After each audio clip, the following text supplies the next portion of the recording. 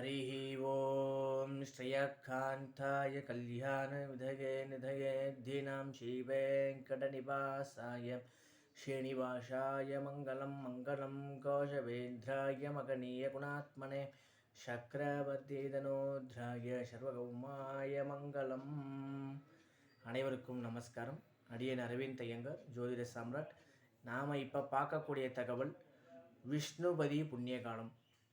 விஷ்ணுபதி புண்ணியகாலம் இந்த ஆவணி மாதத்தில் என்றைய தினம் எப்படி வழிபாடு பண்ணணும், எந்த நேரத்தில் இருந்து நம்ம விஷ்ணுபதி புண்ணிய காலத்தை அனுஷ்டிக்கணும், என்னென்ன தானங்கள் செய்யணும் அப்படிங்கிறத நாம் இப்போ பார்க்க இருக்கோம். விஷ்ணுபதி புண்ணிய காலம் இந்த ஆவணி மாதத்தில் பார்த்தீங்க அப்படின்னா, ஆவணி மாதம் சூரியன் பார்த்தீங்க அப்படின்னா காத்தால 7:58 சிம்ம ராசிக்குள்ளே பயிற்சி ஆகிறாரு. இந்த சூரிய பகவான் சிம்ம ராசிக்குள்ளே பயிற்சி ஆகிறதுக்கு முன்னாடி இருக்கக்கூடிய 6:45 மணி நேரம் தான் பார்த்தீங்க அப்படின்னா விஷ்ணுபதி புண்ணிய காலமாக சொல்லக்கூடியதாக இருக்கிறது. இந்த 6:45 மணி நேரம் பார்த்தீங்க அப்படின்னா இந்த நேரம் எப்போ வருது அப்படின்னா 1:13, அதாவது இந்த ஞாயிற்றுக்கிழமை பார்த்தீங்க அப்படின்னா 12 மணிக்கு மேலே விடிய காத்தால் 1:13 விஷ்ணுபதி புண்ணிய காலம் ஆரம்பிக்குது. எப்போ முடியுது அப்படின்னா காத்தால் 7:58 அந்த நேரத்துக்கு பார்த்தீங்க அப்படின்னா விஷ்ணுபதி புண்ணிய காலம் கம்ப்ளீட் ஆகுது. அப்போ நீங்கள் எல்லோரும் என்ன பண்ணணும் அப்படின்னா, இந்த விஷ்ணுபதி புண்ணிய காலத்தை சேவிக்கிறதுக்கு ஒரு முறையான வழி நேரம் டைம் அப்படின்னா நாம் சொல்லக்கூடிய இந்த நேரம்தான். இது நம்மளுடைய குருநாதர் சொன்ன கரெக்டான துல்லியமான விஷ்ணுபதி புண்ணிய காலம். அதனால் இந்த நேரத்தை எடுத்து எல்லோரும் வழிபட்டீங்க அப்படின்னா உங்களுடைய கோரிக்கைக்கு கட்டாயமாக பலன் கிடைக்கும். அது எப்படி கோரிக்கை வைக்கணும் அப்படின்னா, மனதில் ஒரே ஒரு காரியத்தை மட்டும் நினைத்து பெருமாளிடம் பிரார்த்தனை செய்யணும். எல்லா காரியத்தையும் எடுத்துக்கூடக்கூடாது. ஒரே ஒரு பிரார்த்தனை மட்டும்தான் எடுத்துக்கணும். அந்த ஒரு பிரார்த்தனை கொடிக்கம்பம் இருக்க கோவிலாக இருந்தாலும் சரி, துஜஸ்தம்பம்னு சொல்லக்கூடிய துஜஸ்தம்பம் இருக்கக்கூடிய கோவிலாக இருந்தாலும் சரி, துஜஸ்தம்பம் இல்லாத பெருமாள் கோவிலாக இருந்தாலும் சரி, இந்த ஆலயங்களில் 27 முறை துஜஸ்தம்பம் இருக்குது, கொடிக்கம்பம் இருக்குது அப்படின்னா கொடிக்கம்பத்தை சுற்றி ஒவ்வொரு முறை சுற்றுறப்ப ஒவ்வொரு பூவை வச்சு நம்ம பிரார்த்தனை செலுத்தணும். ஒவ்வொரு முறையும் நம்ம அந்த பூவை வச்சு சொல்கிறப்ப உங்களுக்கு என்ன பிரார்த்தனையோ அந்த பிரார்த்தனையை வேணுண்டு அந்த பூவை வச்சு பிரார்த்தனை எடுத்துக்கணும். கொடிக்கம்பம் இல்லாத கோவிலில், துஜஸ்தம்பம் இல்லாத கோவிலில் என்ன பண்ணணும் அப்படின்னா, தீபஸ்தம்பம் இருக்கும் பாருங்கள். தீபஸ்தம்பத்தில் சுற்றி அதாவது கோவிலோடு தான் சுற்றி வரணும், பெருமாளோட சுற்றி தீபஸ்தம்பையும் சுற்றி வரணும். தீபஸ்தம்பம் ரொம்ப தூரமாக இருக்குது அப்படின்னா நீங்கள் உள்ளே இருக்கக்கூடிய கர்ப்பகிரகம் வெளியில் பிரகாரம் இருக்குது பார்த்தீங்களா, அங்கே மட்டும் சுற்றி வந்தேன்னா போதும். சுற்றி ஒரு பிரார்த்தனையை நீங்கள் பலிபடம் பக்கத்தில் கூட வச்சு ஒவ்வொரு பூமியும் வச்சு பிரார்த்தனை பண்ணிக்கலாம்.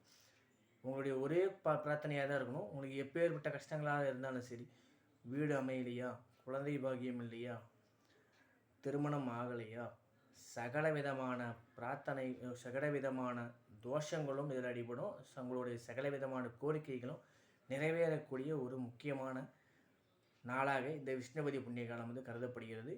விஷ்ணு பகவான் நம்மளுக்கு நேரடியாக அருள் புரியக்கூடிய நேரம் இது. அதனால் இந்த நேரத்தை யாரும் தவற விட்டுறாதீங்க. இந்த நேரம் பார்த்தீங்க அப்படின்னா நம்மளுடைய குருநாதர்கள் சொன்னக்கூடிய நேரத்தை தான் நான் உங்களுக்கு தரேன். நானாக எடுத்து எந்த ஒரு டைமையும் சொல்லலை. நம்மளுடைய குருநாதர்கள் சொல்லி இருக்கக்கூடிய அந்த நேரத்தை, கரெக்டான நேரத்தை, துல்லியமான நேரத்தை தான் சொல்லியிருக்கோம்.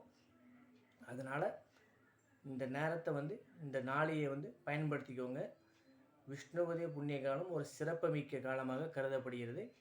இந்த நாளில் சூரிய பகவான் காத்தால் 7:58 சிம்மத்திற்கு பயிற்சி ஆகிறார். இந்த நாளில் நீங்கள் புண்ணிய காலம்னு சொல்லக்கூடிய இந்த நாள் தான். இதுதான் பார்த்திங்கன்னா புண்ணிய காலம்னு சொல்லக்கூடிய இந்த நாளத்தில் இந்த நாளில் பிராமணால் எல்லாருமே தர்ப்பணங்கள் செய்கிறவா எல்லோரும் தர்ப்பணங்கள் செய்வா. மற்றவாளும் செய்யலாம், தப்பு ஒன்றும் இல்லை. செஞ்சுட்டு அதன் பிறகு பார்த்திங்க அப்படின்னா இந்த நாளில் என்ன தானங்கள் செய்யணும் அப்படிங்கிறது சாஸ்திரத்தில் என்ன சொல்லியிருக்கு அப்படின்னா, கோவில்களுக்கு நெய் தானம் தர்றது ரொம்பவே விசேஷமான ஒரு பலன்களை தரும். நெய் தானம் பண்ணுறது. அதே போல் பார்த்திங்க அப்படின்னா குடத்தில் நிறைய பால், குடத்தில் வந்து நிறைய பால் வைத்து தானம் தர்றது. மூணாவதாக பழங்கள் வந்து தானம் தர்றது. நிறைய விதை உள்ள பழங்களை வந்து பார்த்திங்க அப்படின்னா நிறைய தானங்கள் தர்றது. அதாவது மாதுளம் பழம், இந்த மாதிரி பலாப்பழம், இதெல்லாம் வந்து பார்த்திங்க அப்படின்னா விதை இருக்கும்ல, அந்த மாதிரி இருக்கக்கூடிய விதையுள்ள பழங்களை தானம் தருவது ரொம்பவே ஒரு விசேஷகரமான பலன் தருகிறது. அதே போல் கோதானம்னு சொல்லக்கூடிய பசுமாட்டை வந்து தானம் செய்கிறது அப்படிங்கிறதும் விசேஷமான ஒரு தானங்களாக நம்மளுடைய சாஸ்திரங்கள் சொல்லியிருக்கு. சப்போஸ் பசுமாடு தானம் செய்ய முடியல அப்படின்னாலும் கோ பூஜையாச்சும் செய்து அட்லீஸ்ட் நம்ம பிரார்த்தனை பண்ணிக்கிட்டோம் அப்படின்னாலும் ஒரு விசேஷமான ஒரு பலன்களை ஏற்படுத்தி தரும் நண்பர்களே. அதனால் நாம் சொல்ல இருக்கக்கூடிய இந்த ஒரு டைமை வந்து நோட் பண்ணி வச்சுக்கோங்க. இந்த டைமை விட்டுறாதீங்க. அனைவரும் நல்லபடியாக இந்த விஷ்ணுபதி புண்ணிய காலத்தை எடுத்து நல்லபடியாக ஒரு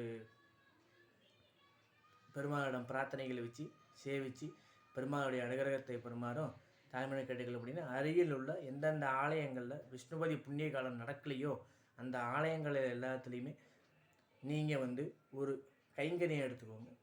அந்த அருகில் உள்ள விஷ்ணுபதி புண்ணிய காலம் நடக்காத இருக்கக்கூடிய ஆலயங்களில், பெருமாள் ஆலயங்களில் எல்லாருமே உங்களால் முடிஞ்ச அளவுக்கு என்ன உங்கள் அபிஷேகம் பண்ண முடியுமோ, அலங்காரம் பண்ணுறதுக்கு தேவையான பொருட்களோ, அபிஷேகம் எங்கே பண்ணுறதுக்கு ஆள் இல்லை அப்படின்னா கூட நீங்கள் வந்து ஒரு கைங்கரியம் எடுத்துக்கோங்க, எடுத்து செஞ்சுக்கோங்க. செஞ்சீங்க அப்படின்னா கட்டாயம் ஒரு புண்ணிய பலன்களை ஏற்படுத்தி தரும். ஹோமங்கள் பண்ண முடியுமா அன்றைய தினம் ஸ்ரீசுத்த ஹோமம், புருஷ சுத்த ஹோமங்கள், சுதர்சன ஹோமங்கள் இதெல்லாம் பண்ணுறது ரொம்பவே ஒரு விசேஷகரமான பலன்களை ஏற்படுத்தி தரும். அதனால் இந்த நாளை வந்து தவற விட்டுறாதீங்க. நம்ம வந்து ஜோதிடம், பிரசன்னம் எல்லாமே பார்க்குறோம். ஹோமங்கள், பரிகார ஹோமங்கள், புருஷ சுத்த ஹோமம், ஸ்ரீ சுத்த ஹோமம், நம்ம கணபதி ஹோமம், கிரகப்பிரவேசம் எல்லாருமே செஞ்சு கொடுக்குறோம். தேவைப்படுது அப்படின்னா நம்ம காண்டாக்ட் பண்ணுங்கள். அடியேன் அரவிந்த் ஐயங்கார், ஜோதிட சமல். அனைவருக்கும் நன்றி, நமஸ்காரங்கள். குருநாதர் சொன்ன ஒரே ஒரு முக்கியமான நேரத்தை தான் நான் சொல்லியிருக்கேன். அதனால் நீங்கள் இந்த நேரத்தில் பண்ணுங்கள். சப்போஸ் கோவிலில் போய் பண்ண முடியாதவா வீட்டிலே பெருமாள் படத்தை வச்சு அங்கேயே ஒரு தீபத்தை ஏற்றி பெருமாளை வீட்டிலேயே 27 முறை சுற்றி வாங்கும். அதே பலன் உங்களுக்கும் கிடைக்கும் அப்படின்னு சொல்லி இந்த பதிவை வந்து நான் முடிச்சுக்கிறேன். அனைவருக்கும் நன்றி, நமஸ்காரம்.